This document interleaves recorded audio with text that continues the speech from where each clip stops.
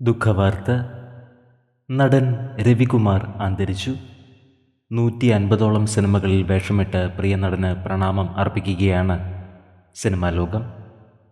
അവളുടെ രാവുകൾ, സർപ്പം, ആ നിമിഷം, തച്ചോളി അമ്പു എന്നീ സിനിമകളിലെ പ്രകടനങ്ങൾ മികച്ചു നിന്നു. IV ശശി സംവിധാനം ചെയ്ത ഒട്ടുമിക്ക സിനിമകളിലും രവികുമാർ വേഷമിട്ടിട്ടുണ്ട്. തമിഴ് സിനിമകളിലും സീരിയലുകളിലും അഭിനയിച്ചിട്ടുണ്ട്.